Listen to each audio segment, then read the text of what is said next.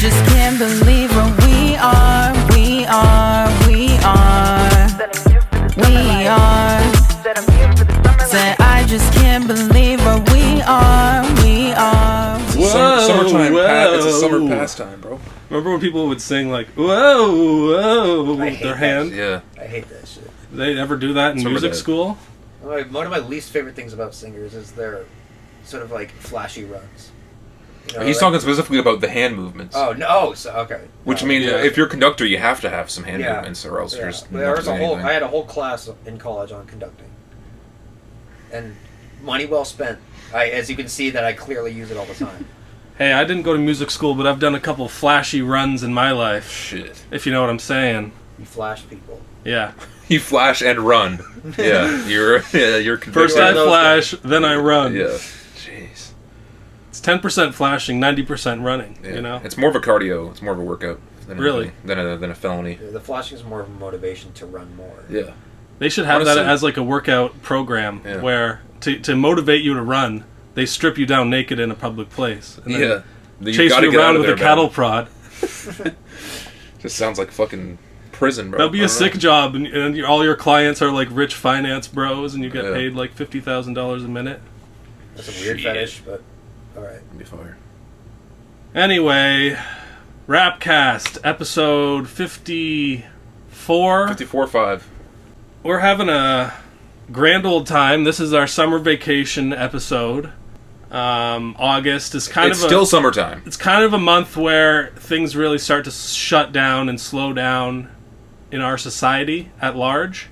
But for hip-hop, finally things are starting to happen a little bit. We're going to be reviewing some big-name albums later in this episode. We should also start off with some introductions and some ice-breaking games that I've designed for everyone. I'm Andrew, a.k.a. Young Jizz. 2 truths and a lie.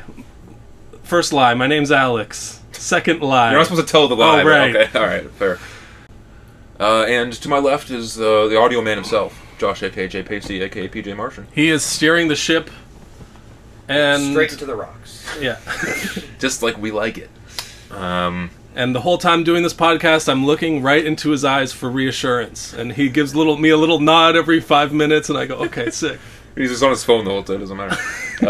It's just a robot or a little bobblehead of him. We could eventually get you replaced with a bobblehead. Josh actually hasn't been here for podcasts in quite a while. You're just imagining him being there. No. He's a figment of your imagination. I died years ago. Yeah. I would honestly love a bobblehead myself. That'd be fun. RAPCAST bobbleheads? Let us know. My ego could use a boost, honestly. Yeah. And nothing like getting a big head, like literally getting a big head. Exactly. Good joke. Like my co-host Alex was saying before, it's a little bit of a summer extravaganza episode. We're wearing matching clothes for once. Shout out Lugano's. Quiet as kept. What? Quiet as kept, bro. What does that mean? It's the streets, dog. Oh. Come on. Okay. Right, yeah. We don't want people to know our location, but we do want them to know our favorite pizza spot. Yeah. This is like exactly like Andrew Tate getting busted for whatever the fuck pizza place it was. Yeah. We're either in Chicago or we're not in Chicago. We will be smoking large cigars later on and sitting on our bathrobes talking about masculinity. Such a masculine podcast we got planned for today. We're Kens and we're Tens and we're... I'm post Barbie movie times 2, so... Whoa! I paid twice. I'm a feminist. I've paid twice. You saw it first with the fellas. Once. Or first with the girl so that she could tell you. First with my fellas. Oh, okay. Had to. I mean, as a man, you have to show solidarity. To show that I'm like, you can't faze me. I'm still a man. And did you guys all wear pink? I wore this hat, which has a little bit of pink on it. So I also wore this hat to the screening. Yeah, there you go. Didn't really count as barbification. I guess it is pink when you. I was also wearing a shirt like similar to this, so I feel like it's close enough. I wore this shirt. All right. So you're just double dressing here. No, yeah, but my girl also didn't wear pink, so we were kind of going against the grain. Well, you're old, so you don't have to. Okay. It's not for you. All right. A little bit of ageism today on the pod. So yeah, how's your summer been, bro? Busy. I've been working a We whole literally lot. haven't seen each other in a few weeks. Yeah. I've been going on many excursions for work, but just doing them all over again. I went to the CN Tower twice now, and Ripley's Aquarium, and the zoo, and Niagara Falls, and it's cool the first time, and then once you do it again, you're just like, well, there's nothing here for me. Nothing to really do. Just annoyed by the crowds, basically. Oh god, that's the worst part. Is just fucking the Niagara Falls day trip is the worst one. Just going through all the crowds. I was listening to music on one of the times, and there was a song by Mother, "Get Out the Way," which is not a rap song. Get out the way, but it was playing on, and I'm like, okay, this is my anthem right now. I gotta just fucking scream to everyone in my head. Get out of my fucking way. So shout out Mother for helping my boy get through. Shout out to my mother for helping me get through her cervix. Vagina. What about you, man? I know Yeah. you've been stepping. I You've also been love my stepping mom. A while. You Stepping know, around. working, living life. I don't really have anything to report. Clearly, we haven't had the most fantastic summers of all time, but maybe you guys have, and we're about to make it a whole lot better with this podcast. We're going to have a whole lot of little things happening. We're going to interview a special guest coming up. Yeah. Also, yes, have to get out of the way. Instagram, Twitter, TikTok at Superfinger Inc. INC. Yep. Watch this. This episode's particularly is good for a YouTube watch rather than Spotify. Or Apple Music, or wherever you get podcasts. It's all out on there, but also check out our YouTube page to watch the video of this podcast. We'll probably do a cool trailer for this episode where we have all the fun stuff lined up for you to advertise to. So check that out on our people. Instagram and Twitter and stuff like that when it comes out. But if you're already watching this, then you might have already seen it. Let's just get into it. I don't want to dick around no more. The summer's coming to an end. We gotta take every moment and savor it. It's the Sunday of the year, as we've said before. And I'm still sweating. The wind down month. But we're here to celebrate our landmark episode 50. Go watch it back if you're curious about new up and coming rappers and watching us interview people. Yes, attempting to and just seeing how that goes. You can laugh at us even if we're bad at it. That's fine. But we're going to have one of them on today, and then we might see another one in the near future. It's yet to be determined. Perhaps. But today we're here to talk about Ric.Indigo's new album, Here for the Summer. It dropped a few weeks ago. I've listened to it a handful of times. Me too. And I really enjoy it. We talked to him on the 50th episode of the podcast. Yeah, he announced the album on that episode. Yes, that's true. We got it. This was a RAPCAST exclusive. Yeah. And now that it's out, we're going to give him his flowers on it. I really enjoyed it as well. Yeah. I liked it. Yep. It's a short project. Yep. Easy to listen to. Go listen to it on anywhere you listen to music. It's Here for the Summer, HEAR. Yeah, and genre-wise, pop, R&B, rap, he kind of runs the gamut, and is a pretty versatile artist. From Texas. He is a graduate of, I believe it's higher education, something along those lines. That's kind of what we talked about a little bit beforehand. If the other episode we talked about his influences and how he kind of came up rapping and stuff. We can talk about the album for a little bit. We're going to call him up in a second, and we'll dive deeper into the album. Yeah. Definitely, listening to it, I remembered when he's, was talking about some of his influences being, Mac Miller and, Outkast and other, kind of artists that more melodic and more, can sing the chorus and do the rap verses. Yeah. And I think he definitely proved himself on that front. Yeah.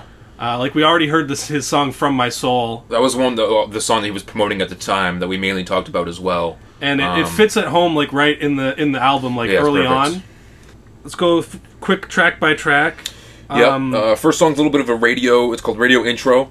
Just kind of it's as its name states. It's kind of just a radio intro that he adds. It's kind of just a nice touch to kind of contextualize it a little bit. Yes, exactly. Yeah. Make it feel a little more whole. Where We Are I've been blasting this one a whole lot. This one's fire. That's probably going to be like, if we're going to put an episode or a song at the front of the episode, Yeah. I'm going to choose this one, I think. Just like bouncy. Yeah, super vibes. sunny production, summery, great guitar solo at the end Yeah. that we want to ask him about. A few notable bars as well that we'll talk about in a second.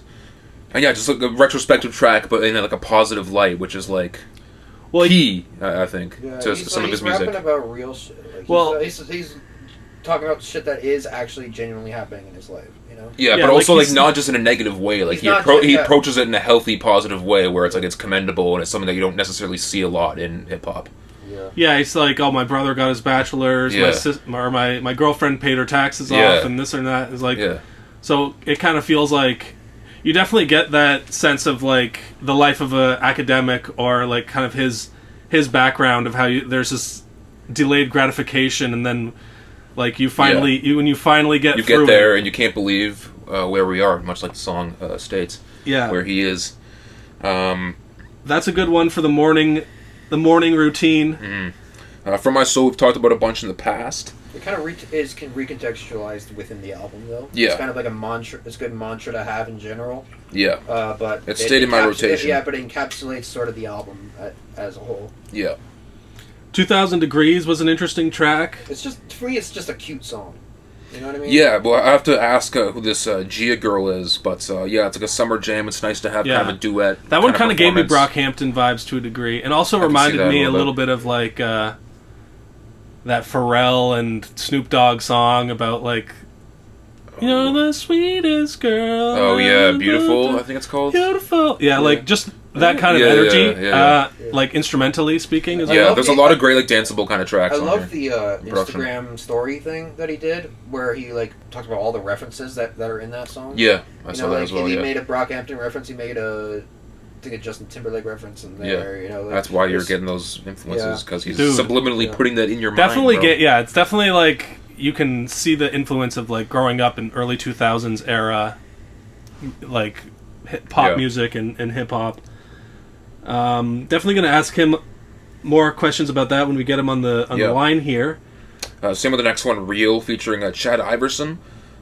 This one was a special in terms of the RAPCAST because we heard this as a freestyle. Yeah, Run to each city, collect on the bets. What a surprise we could cover the spread. I just flipped the script, went from a hobby to mastering hits, mastering albums and singles while blasting my speakers. We here for the summer, play this in your whip. I speak from the soul and bowl, indigo, worth more than gold. And then getting to hear it like put together into a real it's track sick. Yeah. was just like kind of blew my mind, because I was Yeah. like, oh, I know this from the clip Yeah. that we made and like watched 100 times or Yeah. whatever. No, it's nuts. I'm glad it's in here for sure. Let Me Unwind is the next one. That's a special one too. Kind of like that's more of like a clubby almost song in terms of Yeah. like the beat and the funkiness of it. Yeah, for sure. But still, again, like super relatable and like about like self love and shit like that. Like and also like again, the positive spin on the things. 9 to 5 grind and shit. Yeah. You know? Sun Don't Shine was a good like strong lyrical track to kind of have near the Yeah. end, Yeah, everything about that song is just solid. where he Like, talks lyrics, about production, all that stuff. is Yeah, just catchy as solid. hell. It's just solid. like he's kind of reflecting on the bad times and the good times in that one. Yeah. Looking on the positive side of the darkness. And a little bit of like the changes in his life, which I'm gonna ask about, because he has a line about like moving to the Midwest or something. So I kind of want to see what that's all about. The outro track is like almost a good kind of thesis statement on the his name, and he plays around the concept a of lot colors, of crazy lyrical moments and double entendres, colors and sick moments. hues, and Yeah, the this- the lyrics for this one are fucking next level. Like, Yeah.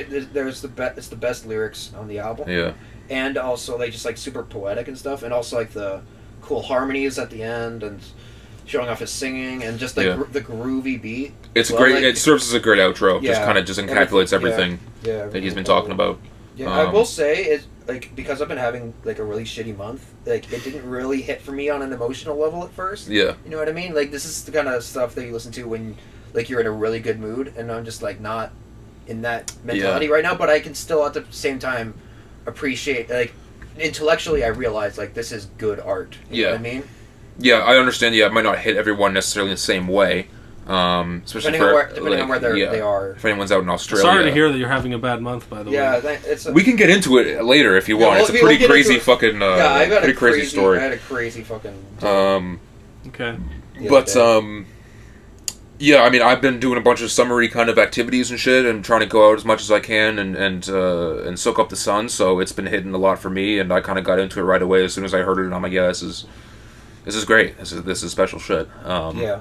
My only critique is that it didn't hit me emotionally right now, but that's not on him. You know what I mean? Exactly. Yeah. It's not his fault that I'm having. That'd be funny if we have him on the air and then we're just like hating on the project. Like, what were you thinking? Where were you going with this, man? Maybe if he wasn't such a nice guy. But what are you gonna do? If we were talking to some of the some of the other potential candidates, Caleb Scalzo. Okay, if we were talking that to him, hurt. That hurt. You mentioning that? Okay. You're gonna have to bleep his name. That's too soon. No, fuck him. Let him live. Yo. What's good? What's up, y'all? First of all, What's up? So you graduated, and you're off. He's a free man. Graduated. Free from the. Let me be nice. Free from school. I'll say it like that. Okay, all right, fair. All right, yeah. The wretched halls of academia. Yeah, we can talk trash, but that's dope, man. How does it feel? The album's out here for the summer. We just finished talking about it and kind of going through track by track a little bit. We're gonna ask you some questions about some more specific stuff that we have written down. Yeah, that's awesome. But also, like, I just want to know, like, how you feel that it's out now. Like, how long was the whole process, and what are your feelings about it now? Man, I feel amazing, awesome. Like, just like moved to Austin, so I'm in like a musical community. So nice. I couldn't have moved at a better time with my album dropping and stuff, and just already like making connections and making moves. Album took me about a year, like between me and Snooze, trying to make sure everything was like buttoned up as far as like beats and mixing and everything. And I feel relieved and excited because now I get to share it with the world, perform, and all the fun stuff. So that's awesome, man. Yeah, we're loving it out here. We both spun it. We all spun it. All three of us spun it a handful of times, and it's sick. Really well done. He knocked it out of the park. So Snooze made all the beats for that? He made all of them. He made 5 out of 8, so almost the whole thing. Did you make the other ones that he didn't make? I made the intro and I made Real. Sick. Oh, cool. And Snooze put additional production on Real as well, like that, like saucy guitar at the end is him. Yeah. And then there's another beat that I got from this producer named Grady Paul off of YouTube. So shout out Grady Paul. Nice. Oh, wow. And the rest were Snooze though. So Snooze did 5, Grady Paul did 1, and I did 2. Sick. Yeah, they're definitely like professional sounding beats. Like, gotta shout out Snooze, man. He killed it on the production front. Yeah. They aren't just random YouTube beats. Like that. That's what our albums are more like that. Yeah, for sure. Yeah, we got some notes here, stuff we want to talk to you about.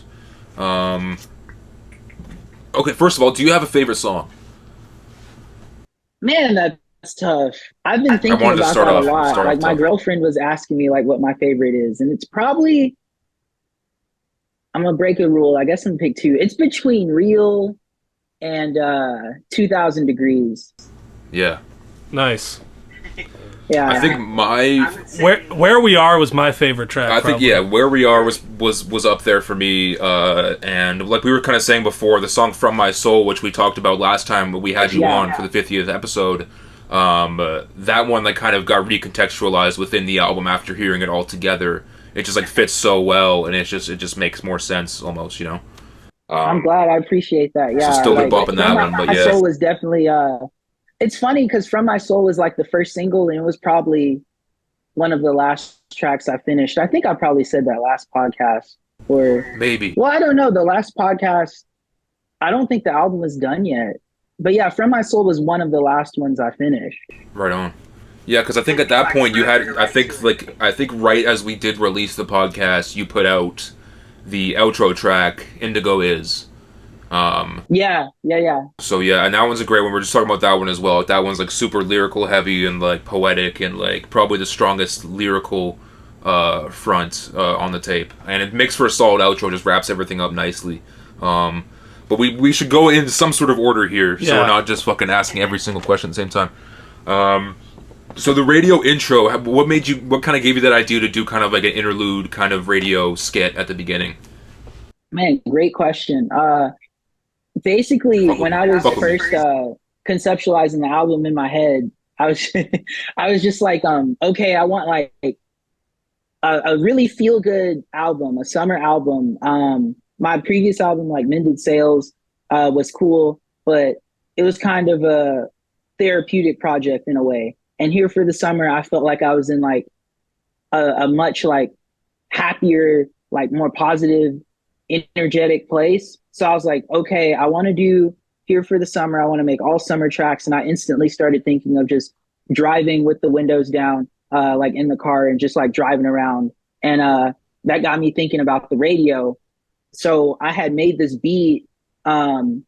It's funny, that beat was made like in the winter. So I had just been kind of sitting on that beat. Cooking up summer in the winter. Who said that? Who else? Right? Kanye? I maybe, think. Who knows? It was winter.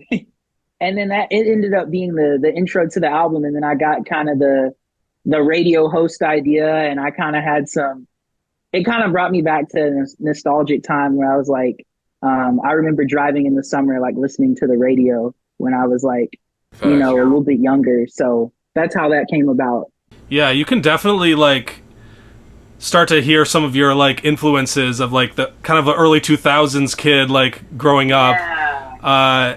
And like in our same age bracket, like we definitely like related to that sort of vibe for sure.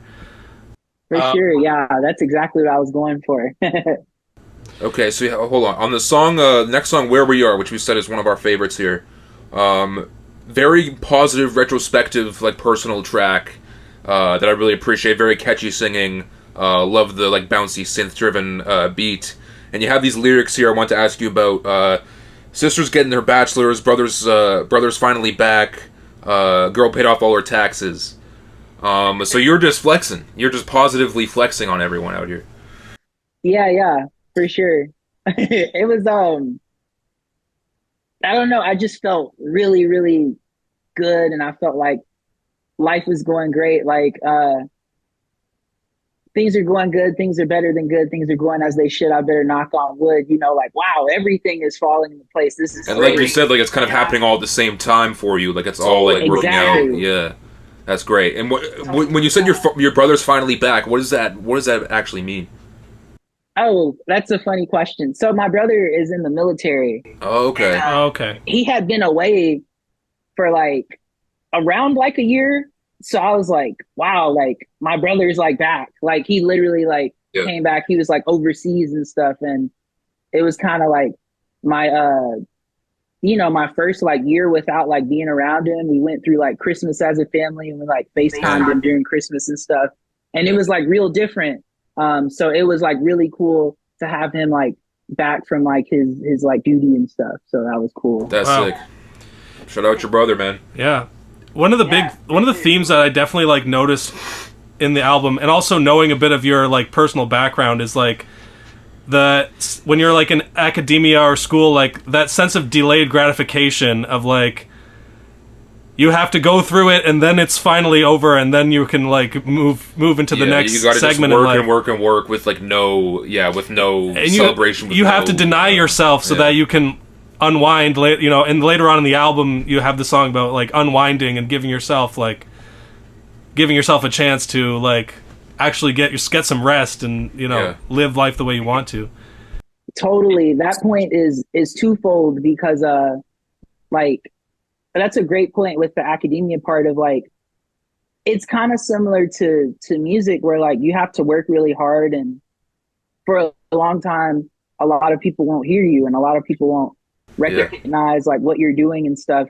And then you kind of reach this threshold where it's like, whoa, like I see what this guy's doing. I'm going to listen to him.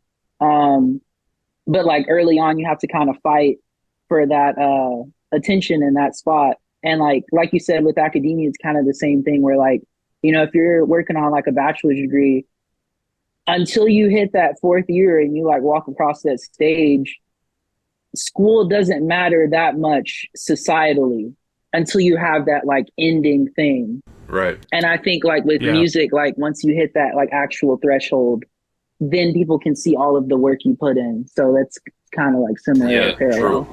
Man, did you walk for your graduation? Did you go? I graduated into COVID, and we didn't even do the fucking graduation thing. I got my shit in the mail. There was they put in a little thing of like a little confetti in the letter. And I was like, oh, that's cool. So annoying. Now I have to clean up this confetti in my fucking living room. I also graduated during COVID, a little bit later than you, I believe, but they gave me like a little bit better, but still kind of pathetic, of like a little grab bag of like, oh, socks and a little notepad and and I'm like, oh, I'll never use this. What are you in grade 8 in my life? And then my school changed its name, so now my degree is the original like racist name. It's not even. So I don't. It's a fucking mess. Yeah. I did go. I did fucking walk across the stage though. There was like a delayed graduation, so I did go. And honestly, didn't feel much. I don't know. Maybe it was just jaded from the COVID shit. School, I don't know. It can mean a different thing for different people. 100%. Your time, and I'm very grateful for the time I spent there, and it gave me some great opportunities. I wouldn't be here without it.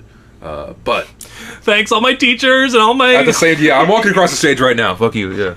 Honestly, though, I respect it because Texas was moving different during COVID. Like, I graduated after COVID, but like I worked out of school, and like I went to all my students' graduation, and we just had it outside, and that was that. Yeah. But it was still like during COVID, you know, like all my out of state friends and stuff were like, "Oh yeah, no way, we're not doing that," and I'm like, "Oh, like I'm just gonna be outside." Yeah. I was also kind of working in schools during COVID, doing like photos for like, you know, yearbook stuff, right? And a lot of it at first like was outside, and it was kind of a bitch to do because you have to set up all the lighting and stuff. But then the sun moves, and you have to like switch every like hour and move around. It was a hell of a COVID-19. Yeah, that sucks. I'm glad it's over, and no one else ever has to suffer from it ever again.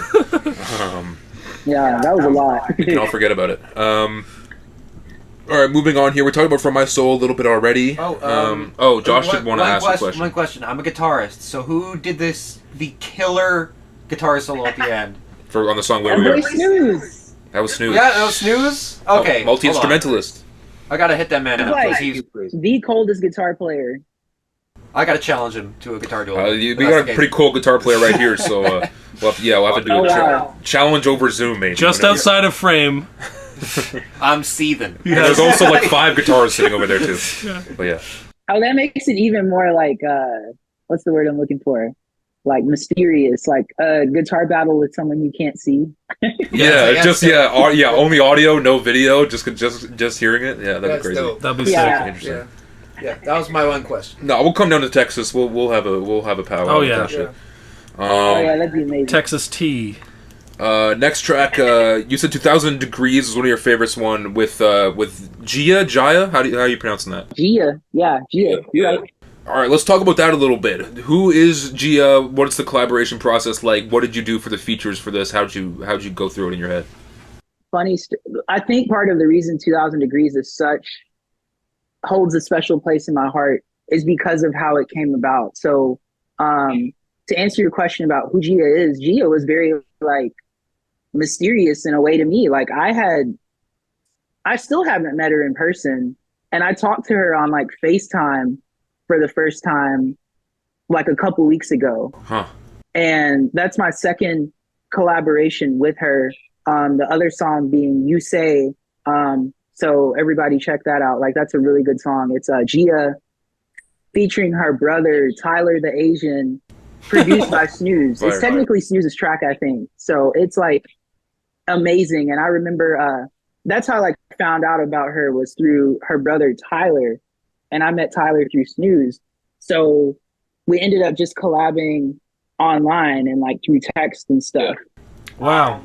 You could have fooled me because it sounds like she's in the room there with you, you know? Like the way that both the voices, they actually mix really well, like as far as like she has a very soft voice, you know? Totally. No, that's That's a great compliment because that's the one track I mixed. So I'm really, really proud of that. You know, the mixing and mastering on the whole project is sound. Like, I was listening to it up through headphones and also speakers, and it sounded great to me. That's amazing. Like Snooze produced or mixed and mastered everything except 2000 Degrees I mixed. And that project was like my baby. Like Gia recorded it like where she was staying and stuff. And like I wrote the reference track like one night at like 2 a.m. and I was just looking at like early 2000s beats on YouTube, found the beat, and then at first I was like, this beat's like hot, thinking of summer, you know what I mean? So I was like 3000 Degrees, and I had a little chant going. I was like, this reminds me of like Andre 3000. I don't know, like maybe I should change 3000. And I was like, 2000. And then that got me thinking about the early 2000s. Yeah. And I don't know if y'all picked up on this, but pretty much every line is a 2000 song reference. Yeah, Josh was just saying beforehand, like your Instagram video that we saw of like, it was dope. It was just seeing everything visually. Yeah, Justin Timberlake, shout out. Yeah, shout out Justin. So I wrote my verse, and then I was like, dang, like, what can I do to like spice this up? And I, was in that early 2000s like vibe, and I was like, there's a lot of love songs, et cetera, et cetera. So then I was like, what if I wrote like a girl vocalist part, like a female part, for me to like trade back and forth for? So I wrote like the whole thing, and then I like sent it to Gia because that's who I thought of instantly, and then she was like down to do it. She sang it beautifully, and there you have it. 2000 Degrees. That's awesome. Yeah, shout out Gia. Wow. Summer. It's a summer jam out here. You want to handle the next one? So for the next track, well, we were just talking about how like it's cool how we saw you freestyle it, and then we saw yeah, this track the finished product. You added in like the slow-mo, low voice kind of guy, which gave me was that Chad Averson? Or was that just that you? was Chad Averson. Oh. Yeah, because I was at first I was like, is this just him low voice? Well, then who's the feature on this shit? Yeah, talk about that a little bit. Right. Shout out Chad Averson. That man is an H-Town legend. Like I said, I'm from more near Dallas, and Chad showed me around like Houston, and he's a huge Astros fan, loves the Texans. We still like beef over like kind of Dallas teams versus Houston teams, the whole like beef, whatever. But that's my homie for real. So once I, made real, I was thinking of kind of like Houston, like South, like Isaiah Rashad, obviously all the like legends like DJ Screw, UGK, like I was thinking of those guys. And then I was like, trying to elevate the track. So I was like, hey, yo, Chad, talk over this, like, talk your ish, like over this. And he delivered. And he still kept it motivational too, which was like really cool. Like he wasn't just talking about nothing, There's something to say about like you trying to like spice up these tracks. Like you think it's at a certain level, but you want to get to a next level, so you implement the features. But yeah. For sure. So yeah, hearing that the first time, I was like, "Shit, I know this one. Sing along already." That was dope. And also just with like how you're rapping faster on the beginning part, and then you kind of get into a different flow. Like I saw what you're doing there. I saw you doing there. It was good shit. Appreciate y'all. Yeah, that's the trademark Houston flow. Switching it up to the slow. I had to do it. Yeah, the lower voice shit. Yeah, that's all there. The next track is also another favorite of mine. Let Me Unwind. Now I want to grill you on this. On the first thing you say on here is I slept in for the first time in like 10 years. Please tell me you're capping. I don't want that to be true. I want you to get good rest out here, my guy. Is that a true statement? Thanks, man. It's a little fabricated. It's a little exaggerated, but I did feel that way with me being like in school and stuff, because it was basically like a 3-job gig the way I was having to do it, like not including music, honestly, because it was like class, and then I was I was a full-time student, and then I had like 2 like assistantship jobs to like make sure all my school was like paid for. Yeah. That was like included in the deal. So very rarely did I sleep in. And that's not to like brag on that too, because I kind of hate when people do the whole like I'm more tired than you. But that was like a genuine like relief, like, oh my gosh, like My dad does like sleep in. Yeah. No, that's good. Yeah, no, I understand what you're feeling. Yeah, it feels like, you know, when you're like full time in school and like a job and shit, it's like you just can't sleep in. Yeah. But I know Alex is not a sleep in guy. You get up like fucking bumfuck early every single day, no matter what. I think I get up at normal times. On the day off, I'll get up at 8 or 9 in the morning. 9, 10 in the morning. But Andrew, Josh, these guys, they don't not until like 1 in the afternoon. No, hold on. That's a bit of a stretch.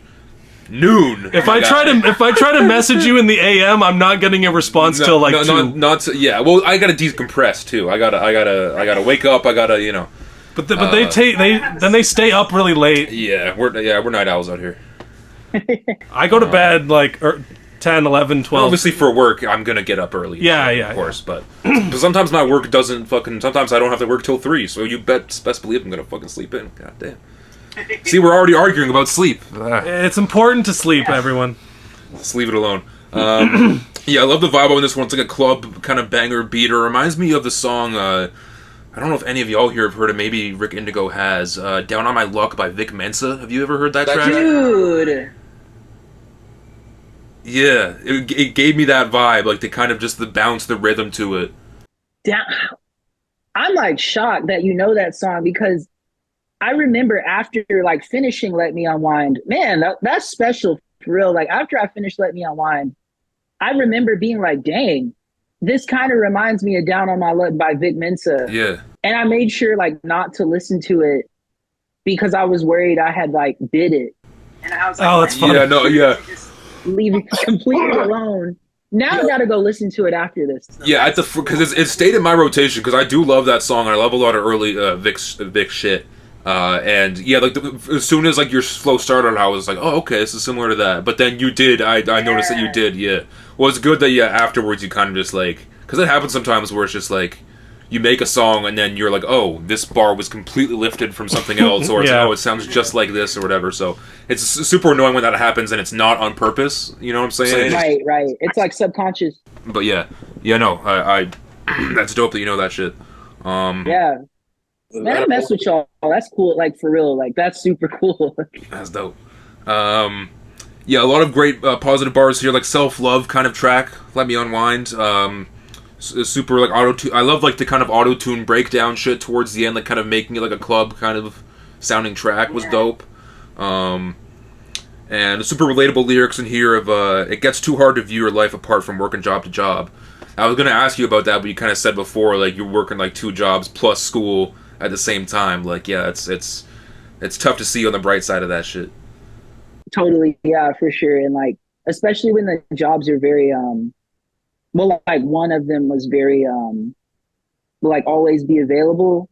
Like it was like legit, like tough to like be home and not expect something. And part of it was like written into the job description. That's just how the job was. Yeah. But it kind of went beyond sometimes. So yeah, that was a lot, but I was happy to like kind of like exhale through like a house track. And that was another thing too. Like I haven't really made a lot of like house type stuff. So that was like cool, like house, like club type stuff. So that was fun.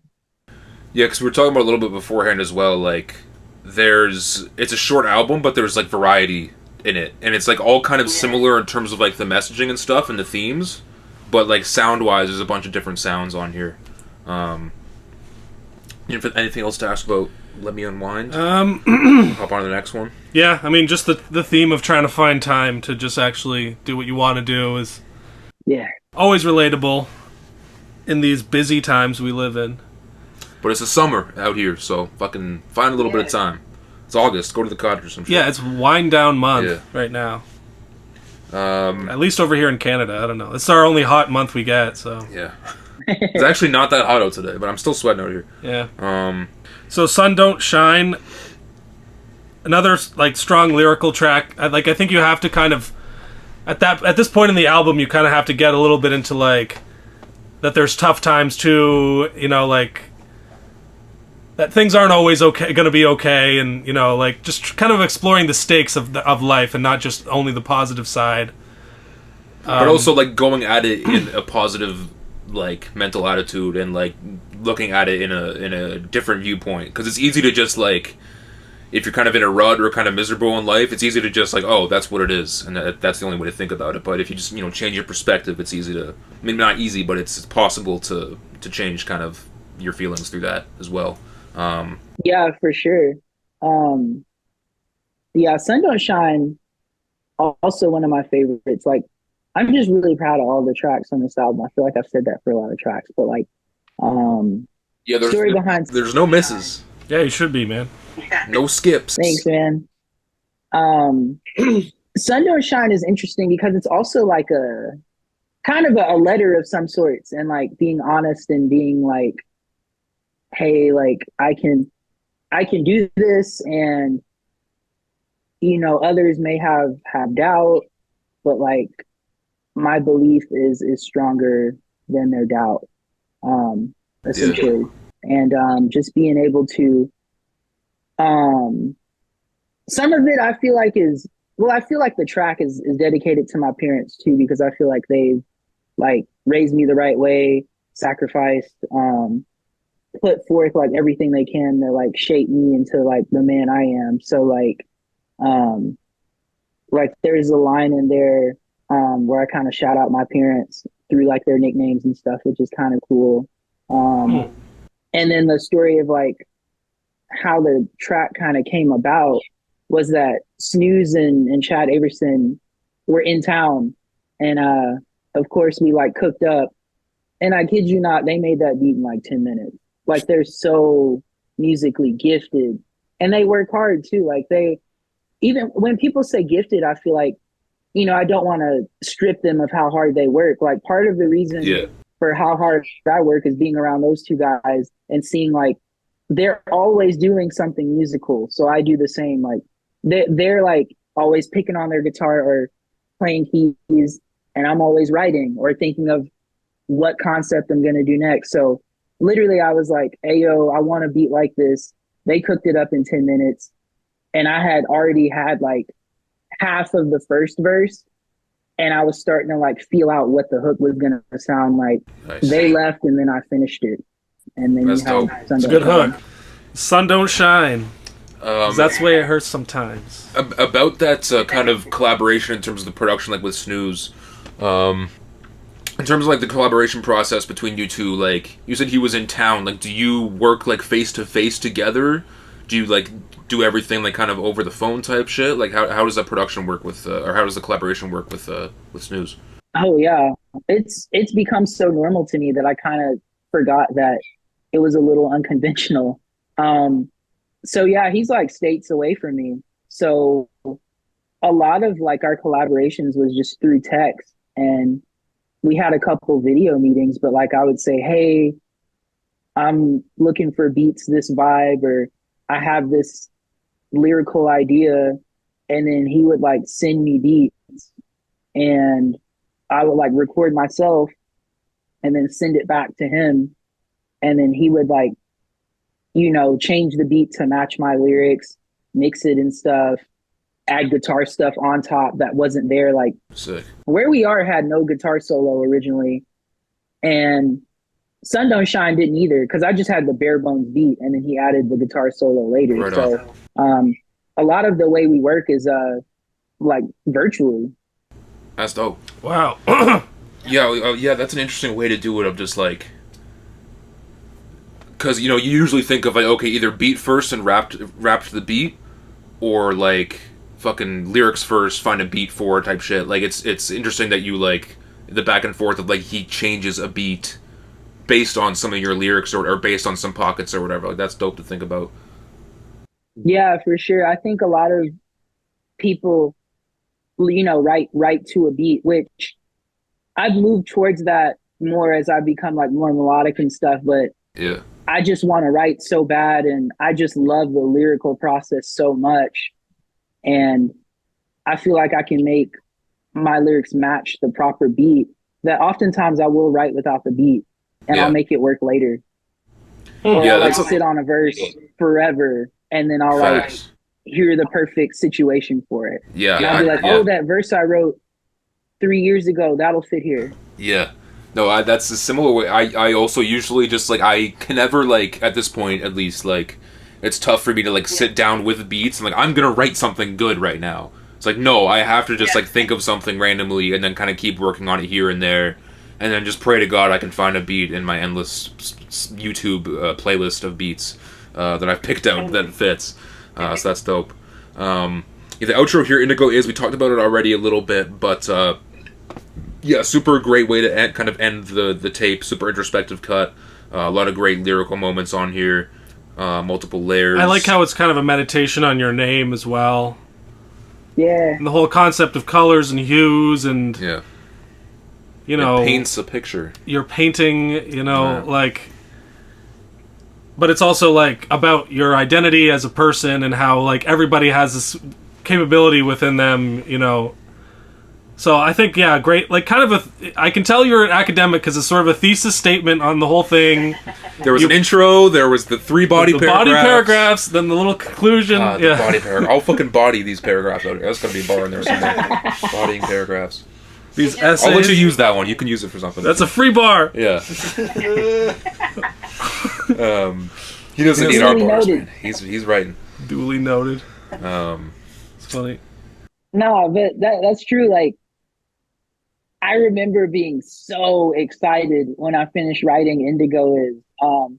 That song is just deeply personal, but I love kind of being deeply personal without just, you know, poetry like show don't tell. Like, you know, I feel like sometimes people can be like, wow, he's so personal, he's telling his whole life story. Right. But you can also be personal by being sort of cryptic about it. I know that sounds like an oxymoron, but I think you can do that. Yeah, you can convey a certain emotions in certain metaphors and shit. Like, that hard does to tell you something. Yeah, hard to agree. But you have to, like, think more about it, You obviously. can feel it in a different way. Like, It's like hiding...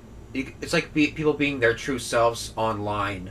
You know what I mean? If you're hiding behind, like, an avatar or something like that, you can, like, really speak.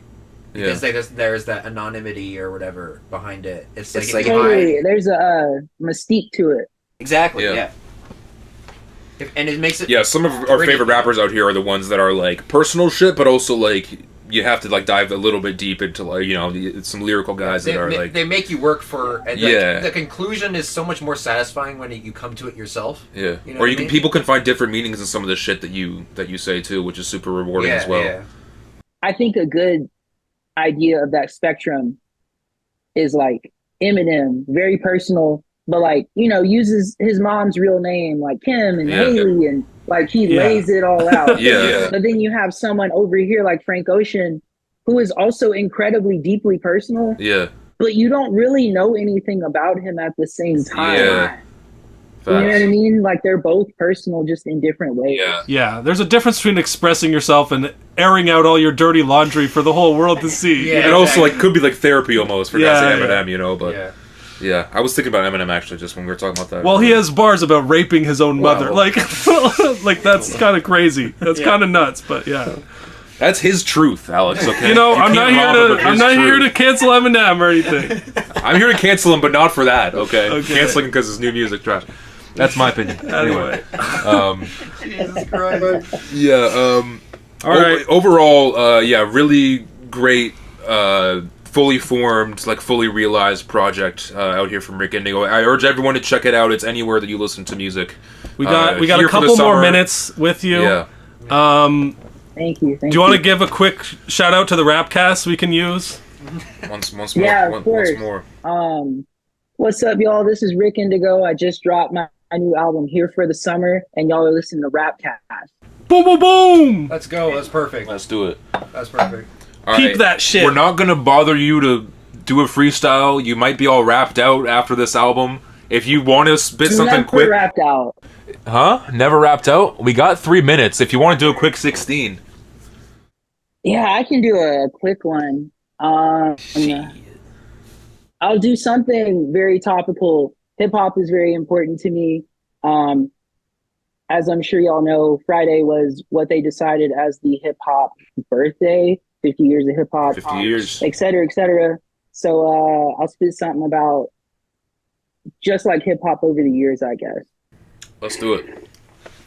For the skilled scribes and scribblers, riddlers and noun verb litterers, punchline deliverers, surface level ripplers, those who enjoy poems as rhythm filled, those who quote ghosts as pitiful, then pose as lyrical, double cuppers and avillers, Buddha blowers and tabulars, poison pushers with packages, those who manage the abstinent sensations of the overnight in industry, plan to advance because they've got a good team. 80s grandmasters, 90s boom bappers, 2000s cash grabbers, and current melodic trappers. And live from Austin, Texas, son, the livest rap lyric reciter. Make the rest retire. Civic, what I ride in, just a friendly reminder. Humbleness get you far, and pride will have you grounded. So shouts to the titans that kept me truly enlightened. The pen truly is mightier than the violence.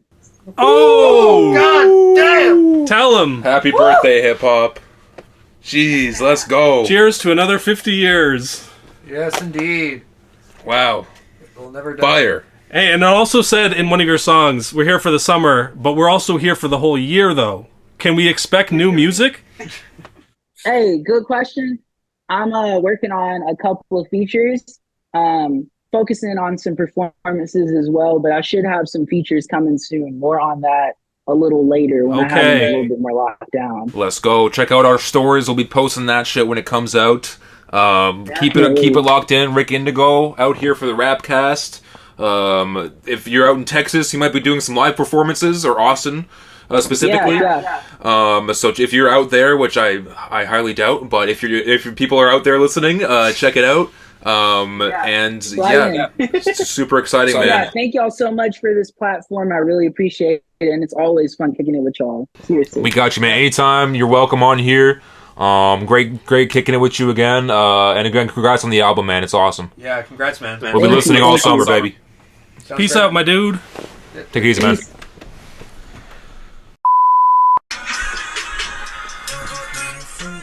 Where were you guys in 2014? You know? I was getting lit in fucking grade 10 science. I was getting laid. I was in grade 12 being depressed. Not when you're listening to Travis Scott, you're not, Josh.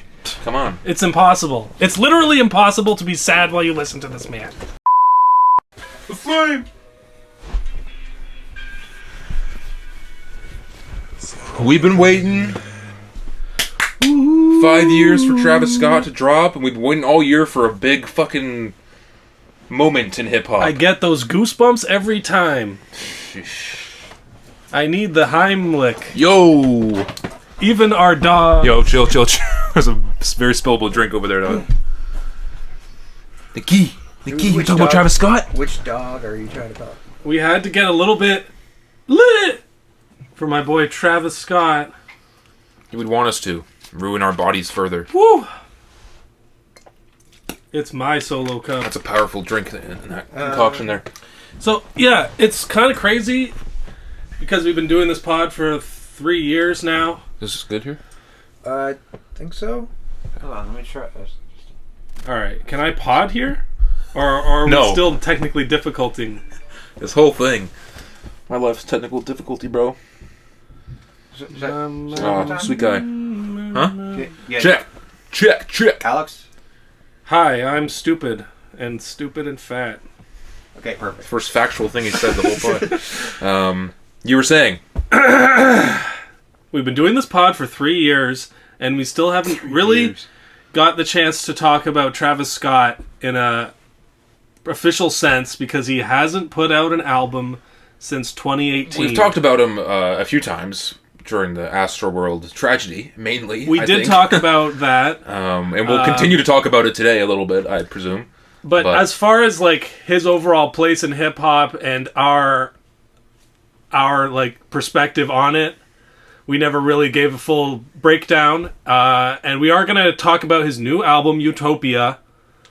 But just to set the table, Y'all are fiending for it, set the table a little bit, we want to talk about like when did you actually first hear about Travis Scott? I definitely heard about him as sort of a Kanye protege in that early 2010s era, but I didn't really. I was kind of more of a backpacker guy back then in the.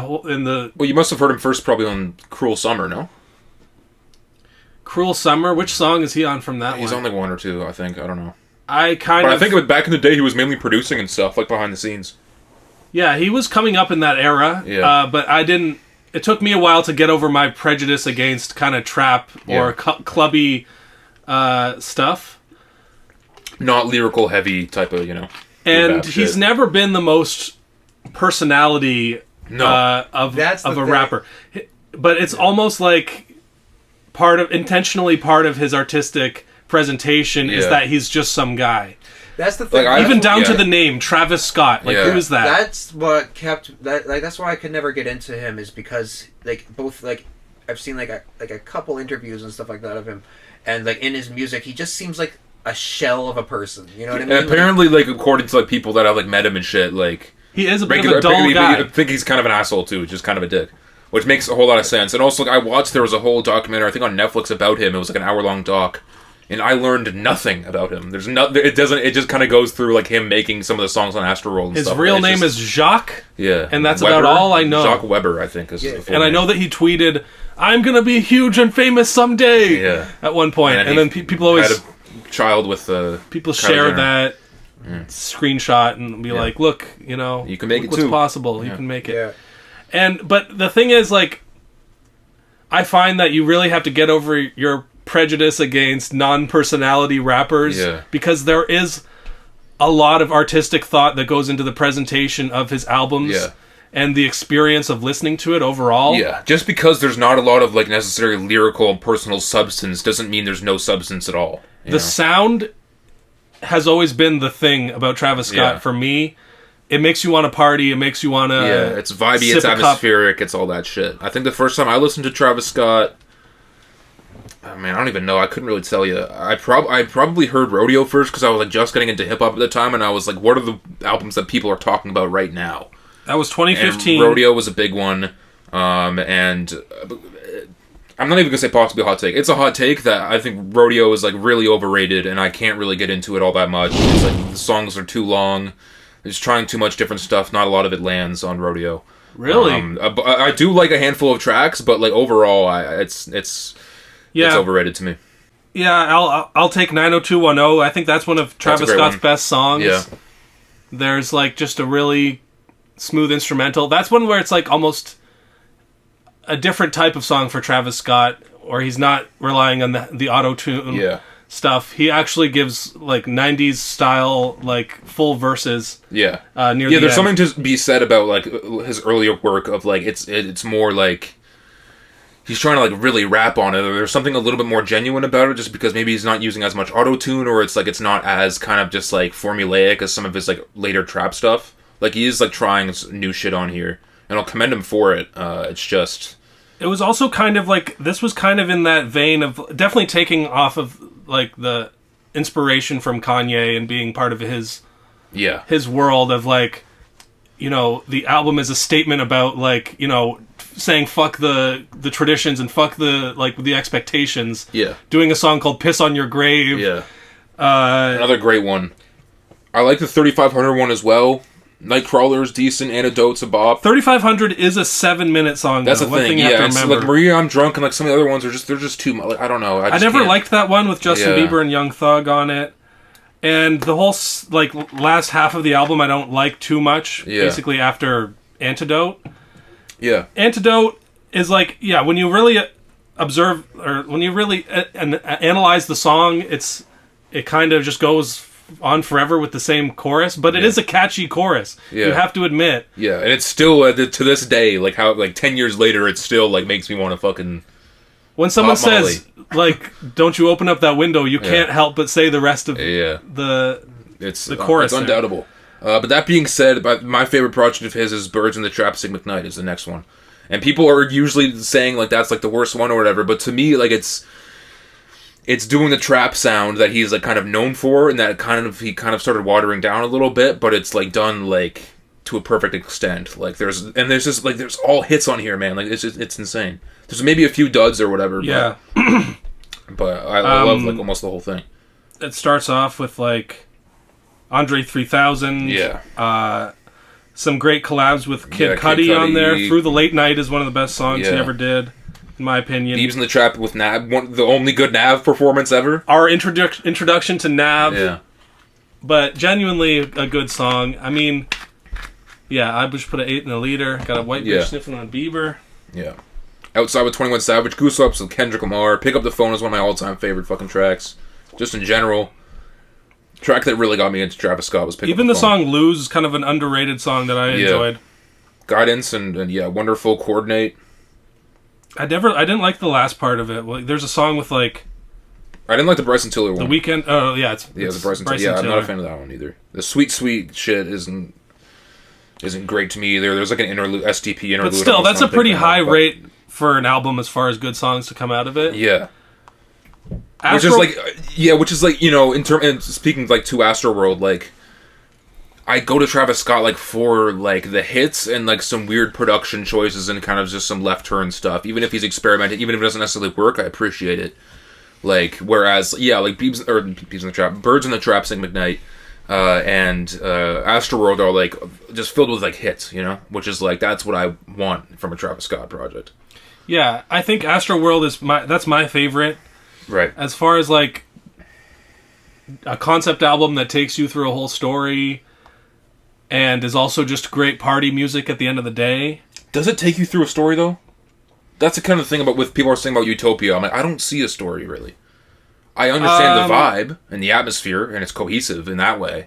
It's kind of just like this big spectacle. But it is like an amusement park in a sense of like it's all flashing lights and it's all fucking in your face and it's all, you know, like I understand for that aspect. It's like that we're getting into the topic of we did a couple podcasts ago of like what is a concept, you know? Yeah. I mean, like of an album, you know, it doesn't have to have a concept. And, like what is? Yeah, see, I wouldn't consider them the concept albums. There's definitely themes, right? But I think like I would see it definitely as a concept, just that like.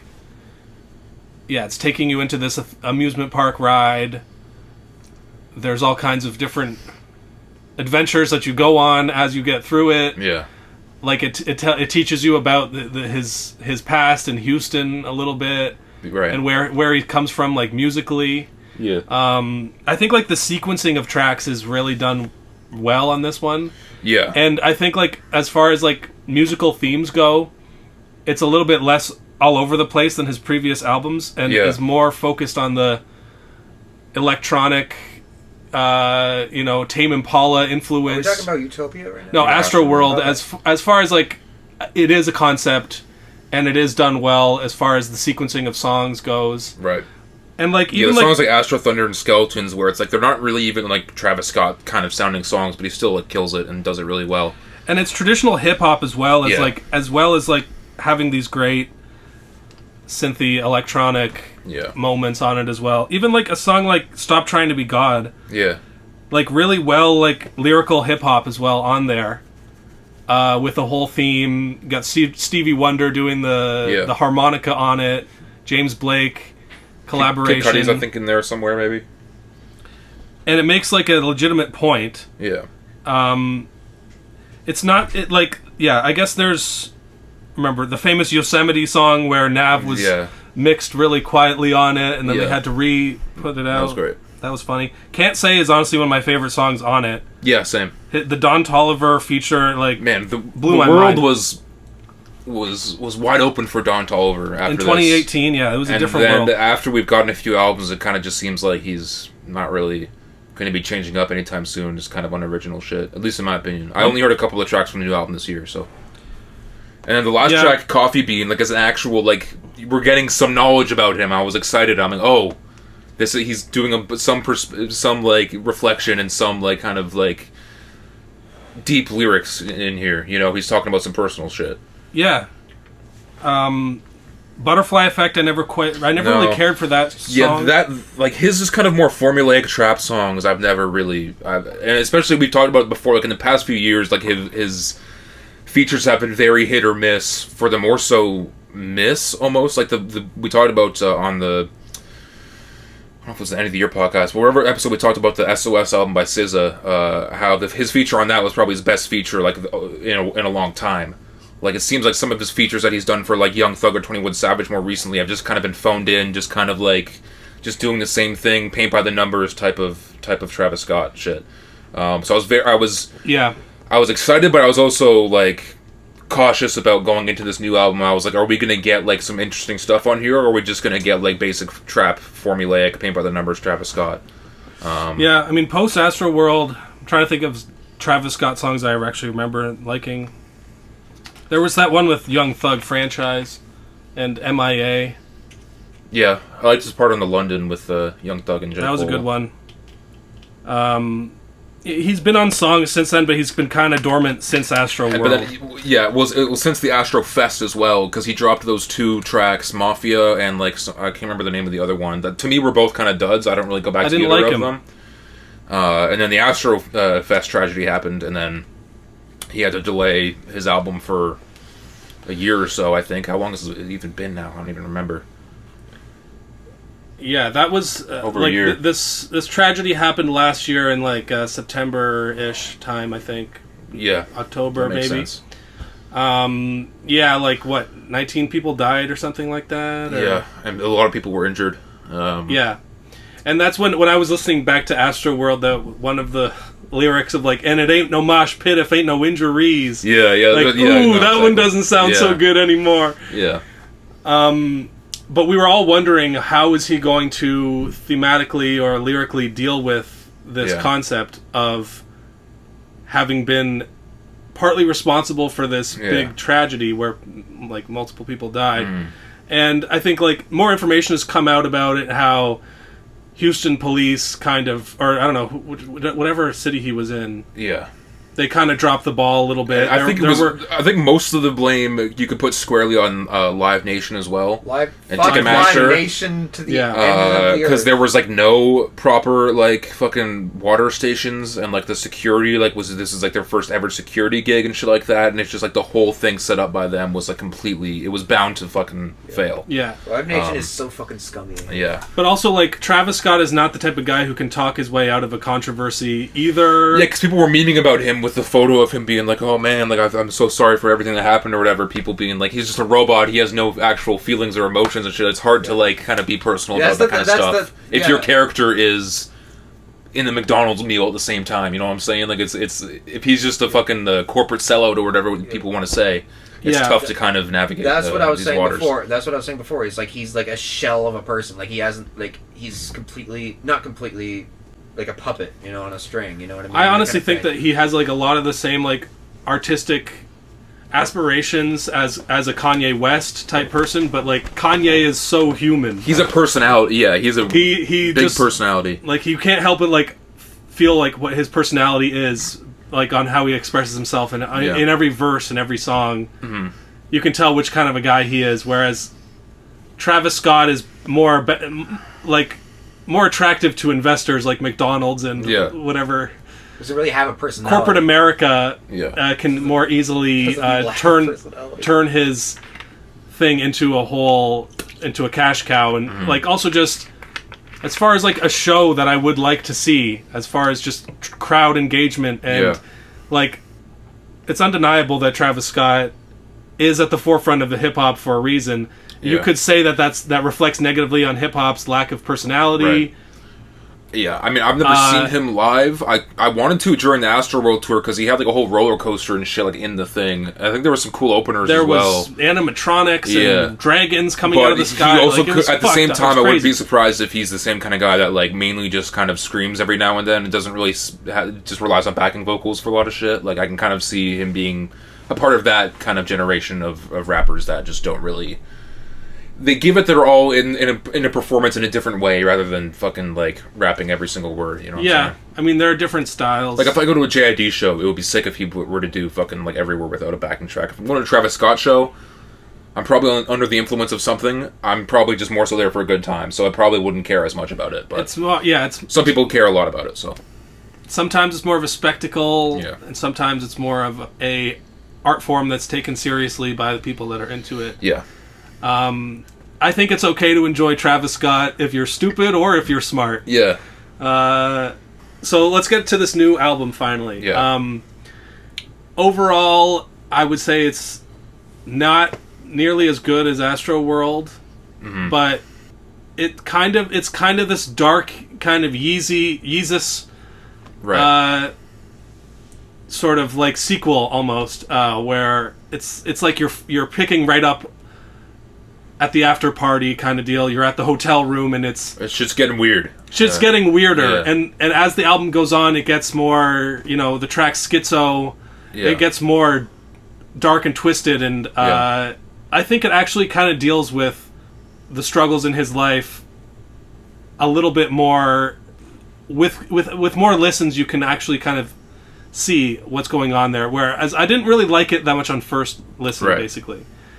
But over time, I started to pick up on like the sequencing of the songs and how it kind of takes you on a bit of an emotional journey.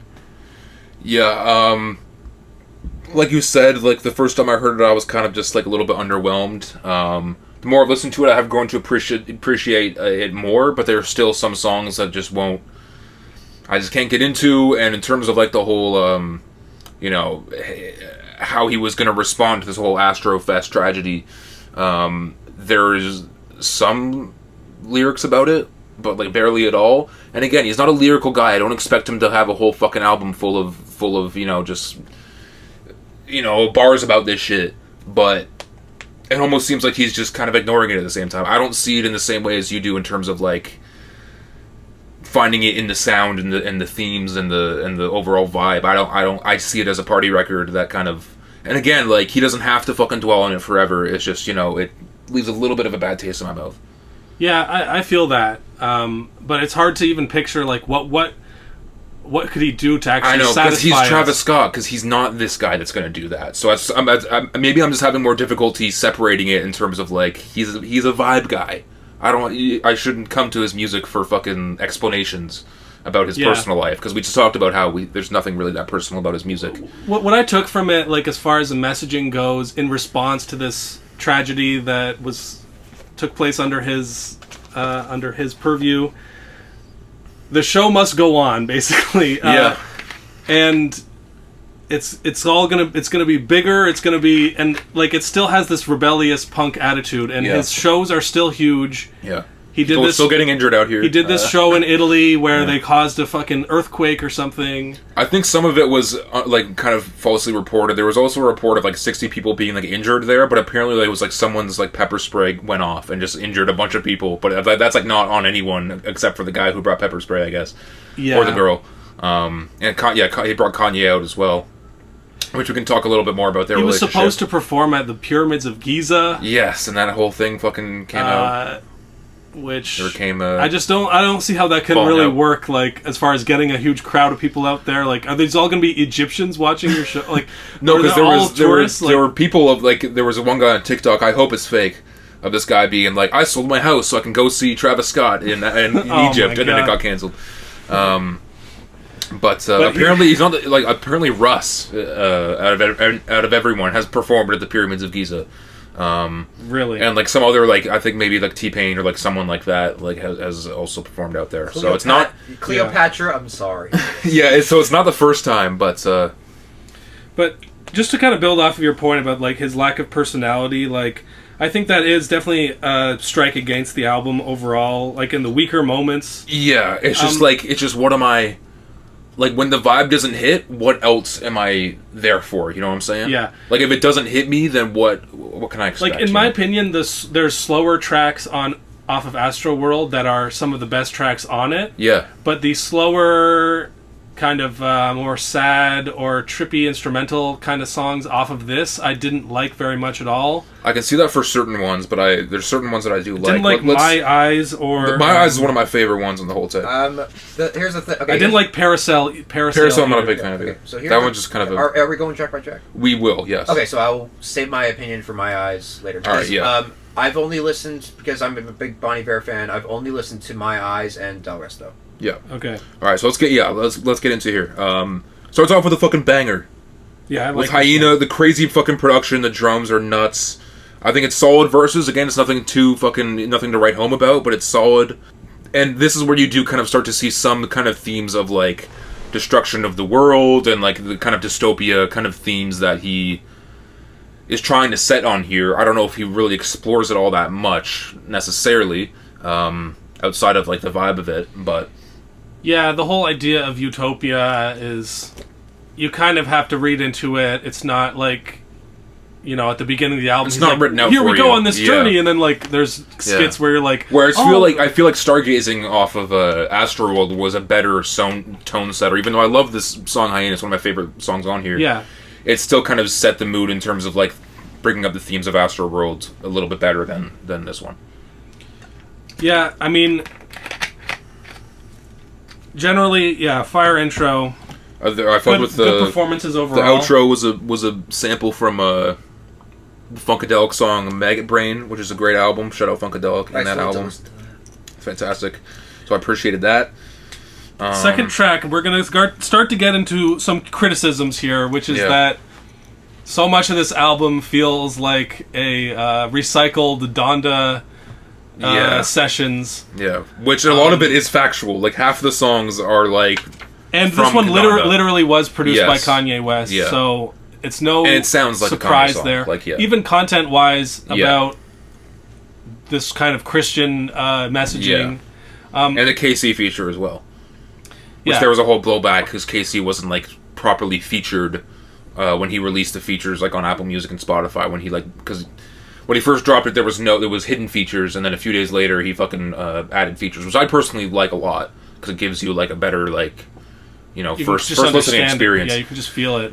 But then once he put the features out, Casey wasn't featured, and he was like, "Fuck you," and he dropped like 3 diss songs or something. He dropped like 3 responses. Honestly, this is beef between artists. I don't even give a fuck, really. Like, they credited me properly or this, whatever. But yeah, everybody knows. Who I'm not a big fan of the "Thank God" song. Again, Travis isn't really doing anything that interesting on here. It's atmospheric. It works well enough, but it's not great.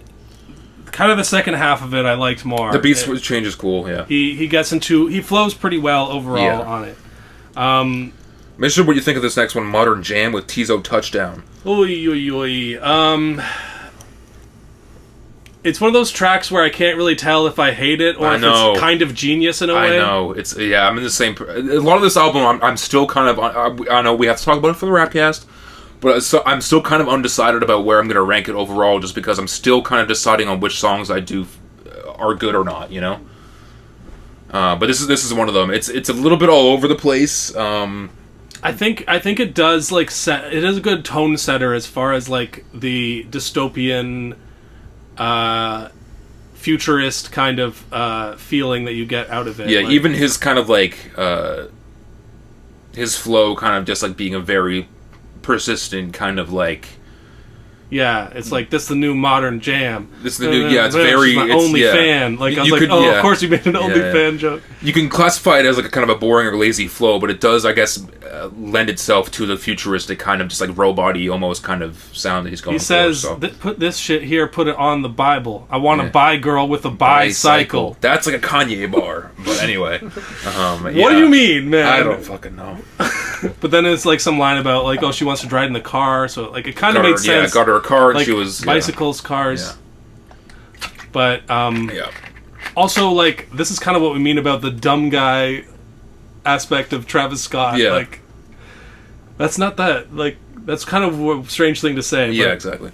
And Tizo Touchdown's part, I didn't like it. It's interesting. I'll give it that. It's a nice change of pace, but it's like the first part he's trying to do like a Freddie Mercury kind of thing almost. He's like, whoa, whoa, yeah, whoa. and then the second, the second part he's trying to like, he almost kind of sounds like Andre 3000 for a second. Then he gets into some other shit. Like people are going crazy about Tizo Touchdown. He's had some features over, like he was on Lil Yachty's album and Tyler's album, and he's got some really big placements in the past few years. And his debut album is dropping this September. Who knows if we'll listen to it? But he's an interesting kind of character that seems to be popping out. The guy with the fucking nails in his hair. So we'll see where he goes from here. But he's getting a lot of good placements, and say what you will about his music, but people seem to like it. So. I don't know. It's a weird track, but like if you're into that, it's weird, but it's weird, but it's still like kind of boring at the same. You know what I'm saying? Like it's yeah, because it's experimental, but it's also still kind of one note at the same time. I don't know. I hear it and I'm picturing this crowd that's like, how do you even dance to this? Like, you know? Yeah. I was still interested at this point, but like I found that the next track, My Eyes, it just kind of like, for me, it deflated the energy of the whole of the. Maybe the track placement is an interesting. Like fourth track usually is set for like tracks 3 and 4 are usually set for like the hits. Like I'm surprised the Drake one wasn't up here somewhere. Yeah, like Sycamore was number 4 on fucking Astroworld or some shit. Whereas it's almost serves as an interlude in a sense, but I really fuck with it just because it sounds different from the other shit. And I mean, at the same time though, like it is just kind of like a Frank Ocean a spoof almost. Like he is kind of just doing a Frank Ocean thing, which I mean, he's kind of biting off a bunch of people on this album. Frank Ocean being one of them on this song. But I like. Yeah, see what Josh thinks about it. Yeah, so this is like the first Travis Scott song I've heard all the way through. So it's kind of weird. I really like the cool sort of melancholic atmosphere. Yeah. If I wasn't told that it was Bon Iver doing the hook at the very beginning, I wouldn't have. Yeah, it doesn't sound. Yeah, it does not sound like him at all. Yeah, it's a lot of effects on his voice. Like I like how, but he does the classic sort of Bon Iver thing, especially in 22 a Million on the song 715 Creeks, where like the vocals are like kind of like fighting through like glitches and effects. Like both Travis Scott's and Bon Iver's vocals are like fighting the glitches and stuff. Yeah, it's like he's like trying to struggle to like get through the it's a good way to put it. Yeah, get the message across through like the limitations of technology. Which I think Bon Iver does it better on the song 715 Creeks. So yeah, and the cool beat switch and all that stuff. But the thing is, this is where I get real fucking nerdy. The nerd glass. Okay, so I'm pretty sure, 90% sure, that the intro, that keys, those like that digital synth thing is a Prophet 6 synth, which is like a legendary fucking synth. Because I believe this to be true because listen to it. Yeah. Yeah. And now listen to this Tom York song with the Prophet 6. Yeah. It sounds super similar, right? It very similar. Like that was my first when I first heard it. It's like, oh, that's like the Prophet 6. It does have a good like emotional palette like that. Yeah, like that the Prophet. sound. Yeah, the Prophet 6 synth is like fucking legendary for that. And the other thing I'll say about but sorry, go ahead. Sorry, but one more thing. I'm recently now just now reading on it that the first part on Genius, the first part features a distorted synth piano loop that samples the Japanese House's June 2023 song Over There, which was also co-produced by Justin Vernon, aka Bon Iver. So interesting. With the Radiohead one, or this one? No, this one. Oh, okay. This one. That synth. Okay. So, but if that's the case, I am willing to bet that Bon Iver sampled it. Bon Iver used the Prophet 6. There you go. On it. All right.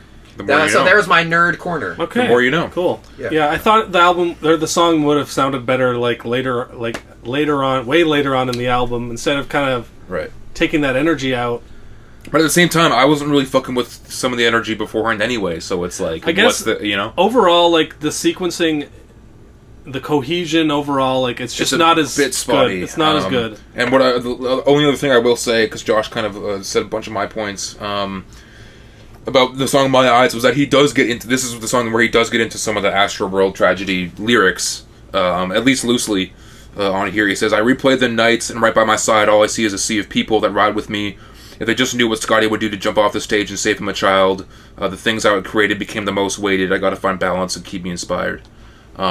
Which kind of lends itself to your point of, like, you gotta find balance, you gotta keep going, you gotta make the album anyway, you gotta do the music anyway, you gotta push through it. Yeah, the show goes on, there's too much money behind this, it's an event, it's a spectacle, everyone loves it. Yeah. Still, regardless of, like, the people that think you're worshiping the devil. Yeah, which he addresses a few times on here as well. That's part of, I think, why it became such a big theme of, like, Christianity and, like, the demons, they're after me, and you gotta fight the demons. And a lot of Jesus I got angels on my side. Like, there's a lot of bars about that type of stuff, which lends itself to the, like, this is like the dark after party of Astro World. But also at the same time, you could just be like, he's taking Donda songs because he's too lazy to fucking That's write why his it own also shit. yeah. So it's at the same time you could look at it in a negative light. It's very back and forth. I'm But going with this at the end of the take. day, I liked Donda, so why would I not like something True. that bites Donda a little True. bit? It's not biting it. He's like taking Kanye songs that were fully made and remixing them or taking parts of them and shit like that. Yeah. Speaking of the next one, which is God's Country. Yeah, what were you going to say before I rudely interrupted you? I was going to say that point about the lyrics. I thought you were done. Okay, cool. There's also lyrics about like Kylie Jenner on that song. Just wanted to make which sure that you which guys- I just hear and I go, who gives a fuck? Yeah, exactly. I mean, he's being personal. I'll take it. But man. yeah, I guess so. I guess I so. just didn't want you Because they have like 2 kids together. But I didn't even. Yeah, I forgot about that. Stormy and Wolf or some shit, I think. Because he mentions Wolf at some point on this Oh, show. yeah. That song, God Country, is also a Kanye Donda Lucy song. That's one where I feel like it's almost getting into self-parody in a way. Yeah, and it's like it's so short. It's almost like an interlude. It's not really anything there for me to fully grasp onto. Like, Not a big fan of it. kind of an interesting track, but didn't blow my mind or anything. The next song, Sirens, I really like. Apparently, this one is kind of more in line with the original theme, pre-Astro World Tragedy. Okay. I really like the instrumental break. Yeah, at the end production as kind well. of carries for the most part, but it's still like it brings the vibe, it brings the atmosphere that you kind of want from this shit. So I I'll feel like take you it. really are running from demons on Yeah. that one a little bit. Yeah, crazy drum patterns. And then at the end, The cringe fucking Drake. Drizzy Drake walks into the God. party, and has some taken over already. some woman who he's coaxed into yeah. his hotel room. Some female who knows her age, her real age, that is. God damn. Did you see that he did that podcast with that girl Yeah. who was talking really quietly the whole time? Yeah, and there was a whole thing of like, oh, she's an industry plant, but like he just reached out to her and was a fan of the shit, and now they unfollow each other on Instagram, and she's seen at his show, like looking really sad, and people are like, did he fuck her? And then Same ghosted thing her? happened with Ice Spice. I think Yeah, someone was also I think saw this that. Drake guy is a little bit more horny than when we give him credit for. yeah. And it's the surviving Drake documentary Oh, will God. come out eventually, and And we'll be going to- prominently featured. and we will be laughing and scheming our way through it. We told you so. we'll do a whole RAPCAST special 3-part episode about it. It'll be Yes, great. but actually, Meltdown was one of my early favorites. Yes, it's a good song. Drake raps great, and At first, I was like a little bit like, oh, it's kind of corny, but at the same time, like it's Drake, man. He's gonna have these bars. He's gonna just kind of be a little bit eccentric about it, and also kind of low key. Like he's kind of doing a whisper kind of rap thing almost. Yeah. But it grew on me a whole lot. We have to talk about his new beef with Childish Gambino. Oh yeah, I wrote that in the docket last week. I was talking about it. You know, you act like you love this America shit, but really you're scared of the six. You're scared of the Oh, six. I didn't even peep that. I was talking about because he was also during his tour. He had a whole thing for the song Headline. He's on a tour with 21 Savage right now, and for the song Headlines, which is a great Drake song, he had a bunch like in the stadium. He had like a bunch of like Drake headlines, like going throughout the years or whatever. Yeah. And then one of them was like he was dissing "This Is America," talking about how like. Oh, the overrated fake woke song "This Is America" Over-awarded. is overawarded. Speaking of overawarded, it's fucking Drake. Overawarded song "This Is America." It was a Drake diss originally, which Gambino said it was, but like, there's no remnants of that in the song whatsoever. So like, what's the fucking point? Yeah. It's a useless beef. But I didn't even peep that fucking line, so that's yeah. another layer there. Also, the "This Is America" music video has done more for culture, in general, than Drake's entire discography has. Honestly, I'm gonna say that. I'm a obviously huge Gambino stan. I'd argue against that just because Drake, like, he's fucking rap culture right now. He's like the biggest fucking artist. Like, you can't deny his influence. I'd say I enjoy "This Is America" over a lot of Drake's material, most of it probably, especially the video. But you can't deny Yeah. Drake's fucking influence on the whole I game also and just culture like and to everything. throw a wrench into everything. Yeah, for sometimes sure, yeah, every of once in a course. while, Yeah. just throw a real hot take. I'm totally down with just hating Drake all the time, every day. But but this song actually was pretty fun. You got to give him flowers at some point. But like obviously those bars were also directed at Pusha T. There's some Pharrell disses on here, Kodak Pharrell. diss even. Like, he's dissing. He's throwing because he kind of mentions fireballs at Mario out here. he mentioned something about like, oh, how like since Virgil died, Virgil's not around, you guys aren't even wearing his shit. Yeah, because apparently spinning that narrative shit. Yeah, because apparently fucking Louis Vuitton is now run by Pharrell. Yeah, and there was a whole thing of like he melted down the chains, some sort of chain that he got like either from Pharrell or like was a Louis Vuitton chain or whatever. So now it doesn't mean shit to him or whatever. Like I don't know. There's a whole thing. Yeah, you can genius it. You can figure out exactly what we're talking. I'm sure you've already fucking know about it. This far into this shit. I like just like Drake just being messy and like just throwing shots around like at all these artists that are like significantly smaller than him and but also more talented in a lot of ways as well. Actually better. Like I'm still Pusha for life. All right, another classic segment of Fire or Trash here. Drake says she said she would wait on Iraq like some Arabic shit. Wait on Iraq. Some Arabic shit. Didn't he already make a Iran joke? Iran bar? Yeah, he loves those. He loves those ones. Sure he did. I would say, actually, Fire though, because one of the. If you look into the lyric, he also says something like "she can wait" or whatever. Yeah, so which he's is saying Kuwait. Yeah. So. But that could also be someone on Genius just reaching as well. Like he might not have intended that. Could have been a Genius reach, but. All right, I'll take it. I don't know. He puts a little bit more effort into that one than the joke about, oh, you wanted Iraq, so I ran. Yeah, true. Or whatever. Like, and another little bonus round here. My dick just got hard because the wire just hit. I think that's kind of hard. Not because he's hard. The what? My dick just got hard because the wire just hit. What does that mean? The wire, the money transfer just hit. Oh. So he's just getting erections just from seeing the amount of money that he's getting. Which, honestly... I think that's a weird fetish to have, honestly. Alright. I think it's fire just because it's stupid. It's funny. But he actually, like... He raises the bar for, like, Travis Scott's rapping on that track as well. Like, or... I mean, I don't know who rapped first on it. Right. But Travis's performance is really good as well on that one. Not as good as Sicko Mode. That's what I was going to say. Like, if you're comparing them, it's not nearly as good or as catchy or as memorable, but I do like how the track goes places. Yeah, a few beat switches in there. Travis has the bar of like, "I'll shoot your ass in Walmart like I'm the baby." Yeah, that's good. Let's just. Apparently, he also has this Willy Wonka bar. Yes, that people were like, he's throwing shots at Timothée Chalamet, who's the new Kylie's new boyfriend or whatever. Which someone on Twitter was like, I've never seen the two of them together in any photos, and I'm like, you know what, you're right. I haven't seen, and apparently they're broken up now, so I don't fucking know. That'd be funny, like. Could be a fake relationship. You know, it just the screen goes black. Timothée Chalamet, our rest in peace. Like he got shot by Travis Scott's goons. Yeah. Oh my god. What is the new Willy Wonka series gonna do? You know, they want to make that into a whole cinematic universe. Fuck that, man. I'm just gonna say far away from that movie. He keeps getting casted in things and ruining. Like he ruined Dune. Now he's gonna ruin. Willy a lot of people Wonka. say Dune was Lynch's worst shit, but anyway.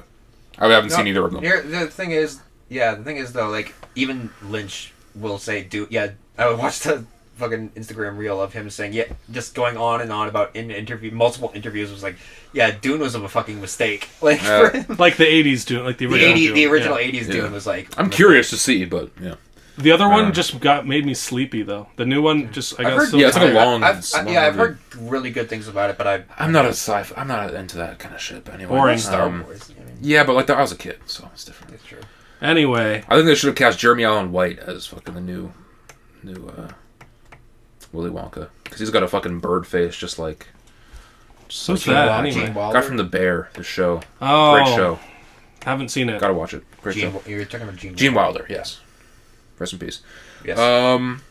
Next, the original Willy Wonka is really good. The 70s one. Fantastic. It's a fantastic movie. Anyway.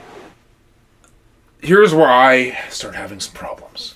I do not like Playboy Cardi. No.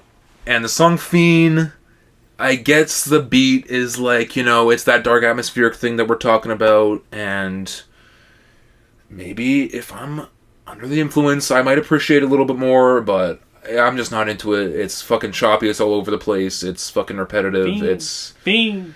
And I'll pull it up because I'm adamant about it. I'm throwing shots out here. Travis Scott and Playboy Cardi ripped us off. This is from October. It says right here, October 16th, 2022. Okay, last year, me and our friends, Josh is a witness to this. You're on the song. It's called Kirby. It's not called Fiend, but I'll let the song speak for itself. Baby, please don't split.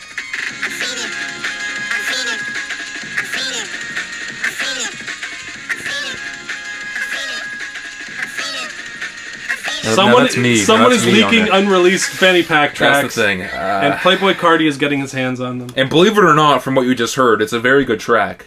Don't let that dissuade you from anything. I want to date a girl with mental illness. Bars. Is the opening bar? Is the opening bar? It's a mood. Travis Scott should have said this. And a better vibe than Fiend, this song on here. So I'm calling that out. I'll probably make a TikTok about it at some point. Follow us on TikTok. Look, the kids, they just want to dance to something. It's a bunch of nonsense. Something that gives them demonic vibes. He's not doing well fighting those fucking Satanist claims. Yeah, I don't like Playboy Cardi. I think he's trash. There's a few songs on Dial It that I will claim that are good, but few and far between. I'm just gonna stay ignorant. Cool. Next song is also kind of a miss to me. Del Resto. Yeah. With Beyonce and Bon Iver is on there as well. Yeah. It just sounds like a Beyonce song with a Travis Scott feature. That's the thing. It's like, it's a good... And it's good for that reason, but it doesn't really necessarily fit the vibe as well, in my opinion. I don't know. It kind of gives more of a dance hall. It sounds like it should be on her Brazilian rhythms. Her Renaissance album from last year. Like, it's just sounds like... it's like a dance track. Beyonce does her thing. I'm not really a Beyonce fan. Mm-hmm. Can you tell? But like, I do appreciate the more traditional Bon Iver voice verse on it. I don't really like the like at the beginning. I don't really like that. It's kind of lazy to me. Was that Bon Iver doing it? I don't know. I think so. No, that's the sample, I think. Okay. Yeah, I don't really like that. Beyonce just does her thing as per usual. Regular dance track, like how Bon Iver comes in at the end and also towards the middle bit there. But other than that, nothing really to say about it. Yeah. This is where we kind of get into like my criticism overall of the album, which is that like it's not sequenced properly as an album, and instead it's just kind of like a series of more of a set mixtape pieces almost, yeah. That they would entertain a crowd, and like I could see like hearing all these songs for the first time, and at a show and walking out being like, yeah, those that was some good shit. Yeah. But like upon listening to it in different contexts, or just like it just coming up off of the shuffle, I find it's like a lot of these tracks are actually kind of boring, and don't really say much or like move the needle much. That's kind of where I'm at. It's still like a pretty interesting tape, not to like get our fucking overall thoughts out here now, but and also it's just to me just like, okay, so he's doing a track on here that kind of sounds like Frank Ocean. They're doing a Beyonce track. He's doing a Kanye track. He's doing a fucking Kid Cudi track. It's like, where's Travis Scott? Like, where's the personality? Even though we keep saying there's none of these, there's none. I was about to say, but where is his fucking? Because he does have a sound, believe it or not, and you get it for sure in here. But it also seems like he's just kind of biting off some other people on this shit too. The features, they feel a lot more like we brought in this person to actually give this track some the features kind of carry for a lot of whereas in too. previous Travis Scott albums, the features much more complimentary. Yeah, exactly. It seemed more like it fit well. But actually, the next song I like. Funny thing, the next two tracks I actually liked a lot. Those were probably like my early faves as far as like you could just listen to it on a shuffle and get a lot of enjoyment out of it. Yeah. I know. Solid drug kind of alcohol, just party anthem. Yeah, it's just like not taking itself too seriously. It's 5 a.m. and I'm drunk right now. Baby, can we still fuck? Like, and it's like it's decent melodies. Like there's good moments in it. There's it's catchy enough. It passes. That's one where it's a little stripped away as far as no auto tune, just his raw voice on there. Good stuff. Like catchy, just and also, there is a dark side to it because it is about like drug use and like being complacent, and everyone's telling you should stop, and you just kind of go, And it is just kind of like a regular Travis Scott song, but not like the same kind of formulaic shit that we've been getting in the past year or two. Yeah, it did kind of remind me of the song 5% Tint. Yes, I did get that vibe as well. Off of Astro World. Yeah. Utopia Twins I thought was also just like funny, like twin bitches hopping up a jet ski. Yeah, it's pretty good for that. I'm not like in love with it, but the Rob 49 feature, he brought some energy there. I'm not sure who this guy is, but it's cool. I think he's like a Young Money guy from like he's like an older rapper. I think from. And 21 has some great bars and great delivery. But just and like great verse. just a silly song, kind of more just about depravity and like just sexual desires that you have. Nothing wrong with that per se. Just a fun track. Like I would listen to that one like at the beach or whatever. Right. Circus Maximus. That was another kind of like big statement song. Right. Not really my favorite, but like. Yeah, I think it does explore some concepts of fame and spectacle and stuff that I think it could grow on me. I think I'm leaving this one room to grow. Like I said before, like some of these I'm still not quite set on if I like them or not, so I'm leaving room for it. It doesn't blow me away right away, but it's like you said, it gets into some themes and it's about something. And the Weeknd feature is pretty good. Swaley contribution. The Weeknd is always like there to bring more like grandiosity to a track like that. But also, it does just have like the fucking Black Skinheads drums on it. Yeah, like straight up. I know, like some of them are. Which I get so much biting that it's I get the Yeezus comparisons, but at the same time, like Yeezus was like actually experimental. This is just doing Yeezus again. Whereas if someone was to say this album is a true Yeezus 2, it wouldn't sound like Yeezus. It would be a completely different fucking sound that changes the fucking landscape. Thing that he did on that one, and there's no track. There's no track that's like on the level of a Black Skinhead or like a Bound 2, like which is Hold like My Liquor, even way different type of a song, like on New on Slaves, Blood on the Yeezus. Leaves, Just like Kanye is just way superior to Travis, but like since we don't have Kanye anymore because of his mouth, things that he had to say his about mouth game, bro. had to say about a certain German chancellor from the 1940s. I'm not going to say the race of the doctor. It was a Jewish doctor. All right. Anyway, but then here's where we get like my probably my least favorite, like low point of the whole album is Parasail to me. I'm willing to like admit a little bit that like I appreciate that it sounds different and it's not just another kind of trap song and like he's trying something different, but it just doesn't stick to me. Dave Chappelle was kind of being like a fake, grandiose kind of like making I'm it sick seem of like Dave Chappelle's popping up. I know, rap get him out of here, songs man. now. Get him out of here. I thought we were done with Dave Chappelle. I don't know. He doesn't like trans people. Therefore fuck off. You know. Yeah. Nothing. Yeah. It's to me this one kind of sounds like an A$AP Rocky song almost, like a testing song. Yeah. True. Like some of the vibe of it. I can't really back it up with anything, but that's just what I wrote down. So underrated project, by the way. Testing. Love Testing. Still waiting for new A$AP Rocky. Anyway. Schizo, I thought pretty bad, the Young Thug verse, but the track definitely, after his verse, it definitely goes into some interesting spots. There's sort of a horrorcore aspect to the beat that I liked. He says, "I'm loyal, yay, over Biden." He does say that, yes. And he brings him out in Rome. So, that's a good track, in my opinion. To me, enjoyable. I want to like this one more than I do. Like, I like Young Thug, and I wanted to like his feature. It didn't really do a whole lot for me. And, like, the fact that there's, like, 3 or 4 beat switches on here is, like, well, complete one idea, Just try to, you know what I'm saying? Like, I understand the whole concept of beat switches. And you can't put him in a box, man. He's Travis Scott. But let's put him in a jail cell instead for the Astroworld tragedy. No, like... It's just if there's like too many beat switches in a project, it's a red herring to me. I'm just like, well, finish a fucking thought, man. Finish an idea. You know what I'm saying? Like have a fully fledged out idea. Yeah. Beat switches should be like sprinkles on top of an already. Yeah, like there was a solid amount of beat switches on I thought on like Astroworld, whereas this is like every other song is a beat switch where it's like okay, like. To me, the song Schizo, it's supposed to be yes, okay, all right. Schizos, they can never hold a thought. They're always on to the next thing. I get that. Yeah, again, maybe this one will grow on me. I'll keep it on my phone. We'll see. Agree to disagree on that one. Lost Forever. I like this one a whole lot. Me too. Dark tone of it overall. Yeah, West Side Gun feature fits in really well. West Side Gun brings the gangster rap edge that the track needed, really. Yeah, really really cool sample, and James Blake inclusion was cool too. And I just like that, like, this as a statement overall of, like, the Griselda boys kind of making it a little bit more in the mainstream. Well, they were on Dondo, now they're on Utopia, so it's like they're set. And West Side Gun is probably like out of the three, like his personality matches with the Utopia aesthetic the most out of them all. And so. he's like the kind of fucking leader of the whole shit, so it makes sense to have like him just to fucking be on this shit as a statement piece as well. Yeah, I like his bar. He was saying at Fashion Week I almost tripped 2 bitches, which I think was pretty funny. Like that implies that he's sitting front row.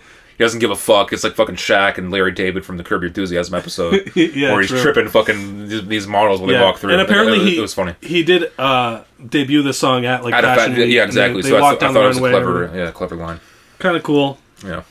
All right, what do you think of this next track, Love? No. 3 O's. I like this one. You just don't like Kid Cudi, I think. I think that's the main thing.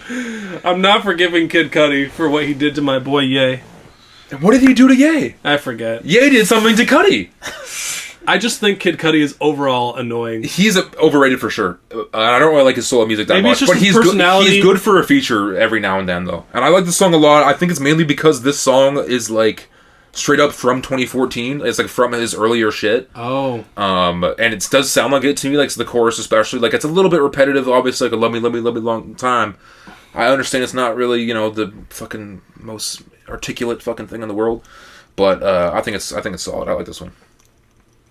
I don't know. I thought it was kind of... I think it fits the vibe. In the same vein as Del Resto, like a dancey, synthy thing that kind of doesn't fit in.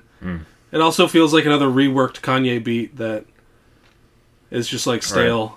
That they probably should have just left. It was on the cutting room floor of like days before Rodeo. So like even before Rodeo, right. This shit, it's been around for like 10 years. So honestly, yeah, I like it. Song. It's like a comedian who's still telling his jokes from that he's came up with like with his first 10 years of being a comic. There's something to be said about leaving a song. Just let it go. If it's been 10 years, don't put it out. But at the same time, I fuck with the Kid Cudi fits. I think it fits well with the fucking themes and shit. But the real stinker to me is the next one, K-pop with Weeknd and Bad Bunny. Yeah, I don't know what he was thinking. I just did a yawning emoji next to that one. Yeah, it's just like, what's the point? Like, and people were even to an extent like. Before the album was, like a week before the album came out, he dropped this song, and people were just like, this isn't going to be on the album, though, because it doesn't fit the themes. And people were, like, so adamant that it's not going to be on the album. I'm like, what are you guys fucking thinking, album. Bro? It's a week before the album drops. It's going to be on the album. If you have the option to have a Bad Bunny song on your album, of course you're going to do it. He's a stream killer. Everyone listens to I was maybe expecting a bonus track, maybe, but like the fact that it's in here, I knew it was going to be on here at some point. It's just those Puerto Ricans listening to super paint by the numbers, fucking pop rap, dance, fucking industry planted song almost. It's no good. Boy Wonder did the beat on that one. It's a little bit more on that. I mean, Bad Bunny's like a Latino artist, right? So yeah, I understand the song. It just doesn't fit with the rest of the fucking beats. In my opinion, like some of the more poppy, dancey stuff doesn't. Kind of sticks out. Whereas, like the more electric, alternative stuff fits more with the themes. Yeah. And kind of keeps it fresh. Like when lyrically it doesn't provide as much, you can kind of just vibe out to the instrumentals more, but not so much on that one. Mm-hmm. But I think that the instrumental does work on the next track, Telekinesis. Oh, I love the last 2 tracks are great. That's another Kanye song that got shopped around Telekinesis and reworked. It was called like Future Sounds or Future Vision or some shit, or like it was called something. And when you hear it, it definitely has that gospel, Yeah. but it's also futuristic. Vibe to it. Yeah, I like the chorus from Travis as well. Yeah, it has like a heavenly vibe to it. A lot of talk about fucking trying to see the light and rising above shit and all that kind of stuff from Travis, and Future brings us some good emotion to it. It's a little bit of an elongated Future verse, but like I still fuck with it. And SZA has a great verse. The cherry on top is probably the feature of the album to me. Maybe other than Drake is SZA, just because I didn't expect it at all. Yeah, and I was like, this is fucking. There are a lot of features. That's the thing. It's feature heavy, man. But I think it comes together at the end pretty well. Last track till further notice. He's not it's not as good of an outro necessarily as Coffee Bean, just because that worked well as an outro. Coffee Bean worked well as an outro because it's getting more personal and kind of shit and talking about some of the themes from the album. Where this is kind of just more of the same kind of stuff, but it's still an atmospheric fucking kind of grand track with James Blake giving some fucking great vocal performances. a kind of out of Not place. gonna lie, I didn't like the 21 kind Savage of out of verse. place 21 Savage verse. I don't understand why he had to be on here. Because he was had a just great verse talking on about some Utopia. relationship stuff that was like kind of out of left field. Like, he already had a verse on Utopia Twins, so I don't understand. you didn't need that feature. Yeah, in my I opinion. agree with that, but Yeah, I think we're Travis did basically well. on the same page near the end there, but it's not my favorite track. The last one, I like that one a whole lot, other than the 21 Savage verse, but I'll let it slide. We did it, guys. So Utopia, did we reach Utopia? If Utopia is Drake's fucking hotel room, then let's fucking pray we haven't reached Utopia. I don't know. Yeah, I mean, overall, it's cool.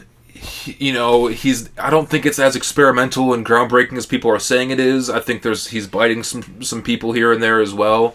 But at the end of the day, it's fucking vibey music. It's not supposed to be fucking looked in. It's not supposed to be fucking talked about for an hour on a podcast. It's supposed to be fucking just vibey, atmospheric music. Yeah, but I would argue that, like, Travis Scott is more the link between the world of the backpack rappers and the club scene. Yeah, because he is definitely more experimental and weird with the shit. And his artistic choices do merit some for sure reflection and talking about a little bit.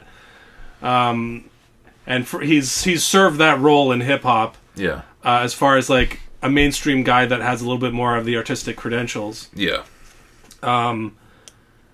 But yeah, I definitely read some criticisms of this where it's like he's becoming less and less human with every project, and turning into more of just a product, a corporate. Yeah, I'm kind of in that. Like, I don't like. I do enjoy parts of it a whole lot. Other parts of it make me want to fucking puke. Like, not puke necessarily, but like.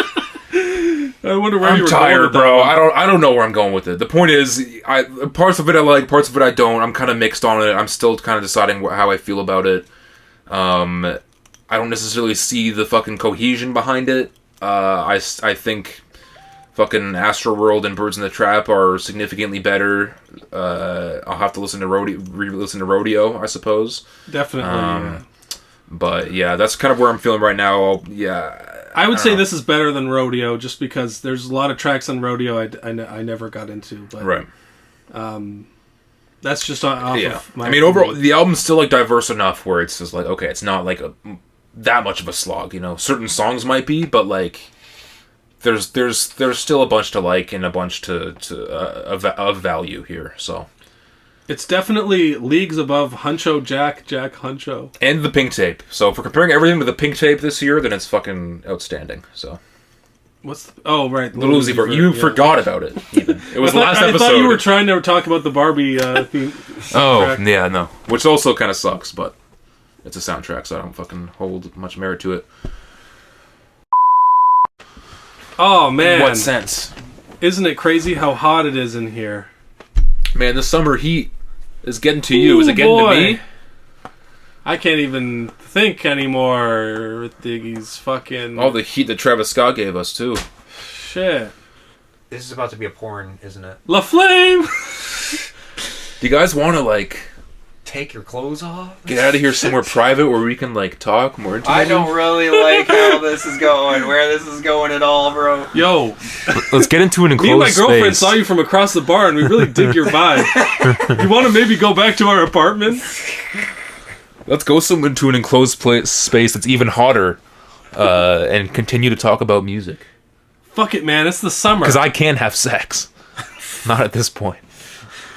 All I Said can that do. right into my fucking... You know, scientists say that in the summertime you come more. Because... You're happier. Yeah. I don't know the science behind that. Doesn't say it. Alright, let's take a fucking... Like 2,000 degrees. I can feel the heat when I see your eyes. I just need your smile. Pull up to the party, breaking necks when you walk through. No one can argue. You garner all the eyes in the room.